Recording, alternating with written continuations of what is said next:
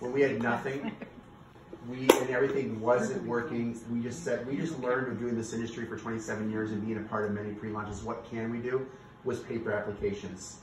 We're not even close to at that stage where we have to paper application. You've done paper applications, haven't you, Molly? I've done write it down like a so the reason why I say paper applications, why does that matter for us right now? Because people are like, well, this isn't working, and I'm nervous to bring in my relationships here. Speak to your relationships as if you know this is going to be one of the greatest things in the world, and be very transparent. They're still buggy, they're going through tech challenges, but we did over 4.6 million sales in 10 months. It's the simplest model I've ever seen in my life, and we're just kind of pre-positioning some of our leaders right now for the future of what's about to happen. And so you gotta share the truth, and you could start filling up your, someone said it's a pipeline, start filling up your leads of people that you want to partner with and do life with. And I'm just sharing what Kim and I are going to do with, what we're going to start doing again, is just acting like we're brand new. And it's extremely hard when you've gone down the road with bumps, you get scars, or you've gotten to a comfort zone of income a little bit, and it's even harder. My mentor used to say the hardest part about success in this industry is a little bit of success. She would say, yeah, same training, right? It is so true. You keep saying we'll never do that, but Kim and I got to a comfortable, somewhat of a comfortable, you gotta act like you're brand new. You gotta let the emotions peel off and just expect that you're in the right place at the right time, and you're one person away from changing your life, and you gotta personally grow like your life depends on it, and everything that Jim just talked about. But if you act fresh and completely expecting that this is gonna be brand new, you'll start attracting the right people. Tell me. Tip on that.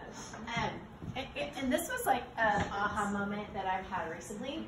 But when I launched Savvi, and we talked about this at Christy's retreat, we just got off, and it reminded me what we did in the beginning was the more I almost pushed people away with how messy it was going to be, because we're launching a company, we're still launching a company, only it's a lot prettier now than when we had nothing.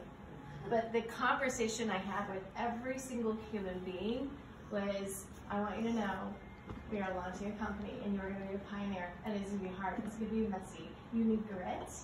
It's not going to be fun. It's going to be so worth it, and if you stick with me, it'll be big. And the more I pushed them away, the more they sold me on, I want to launch the company, I got grit, I can do this.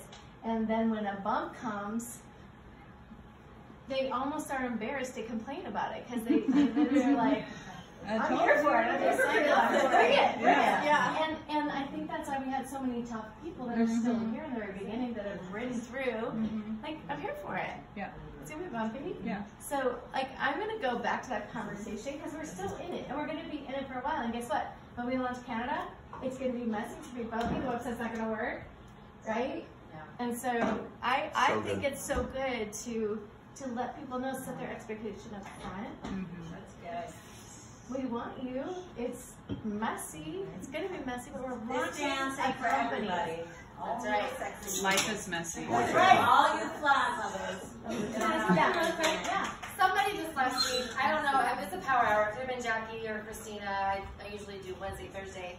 But somebody said they're kind of still treating it like pre-launch, because obviously we launched, but there's still hiccups. So I kind of like that approach, and I think what you said of like, because I have some new team, or not new people on my team, but that are still complaining about this doesn't work and this doesn't work, and I'm just like positive on my group chat. And so I think after this weekend, I want to go back, and maybe we could all do this and go, just remind them, kind of like what you just said, like we were kind of like telling them, like, look, this isn't for everyone, or this I'm is not it. looking for everyone. Yeah, like if you have the grit and you want to be here, but I'm not gonna like beg you to stay. Just to help them put in perspective. Do the takeaway. It's awesome. Take it away, and then they'll be like, I want it. Can I do one more? Yes.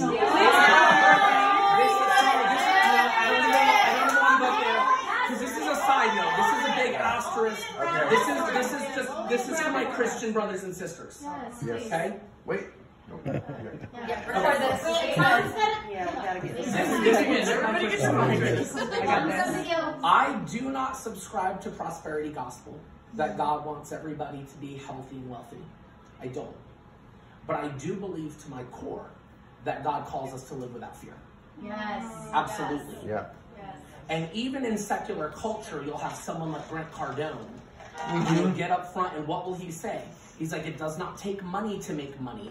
It takes courage to make money. You have to be willing to risk relationships, and you've got to be willing to risk your nap and your sleeping in and your comfort. You've got to be willing to make, you've got to be brave, you've got to have the courage.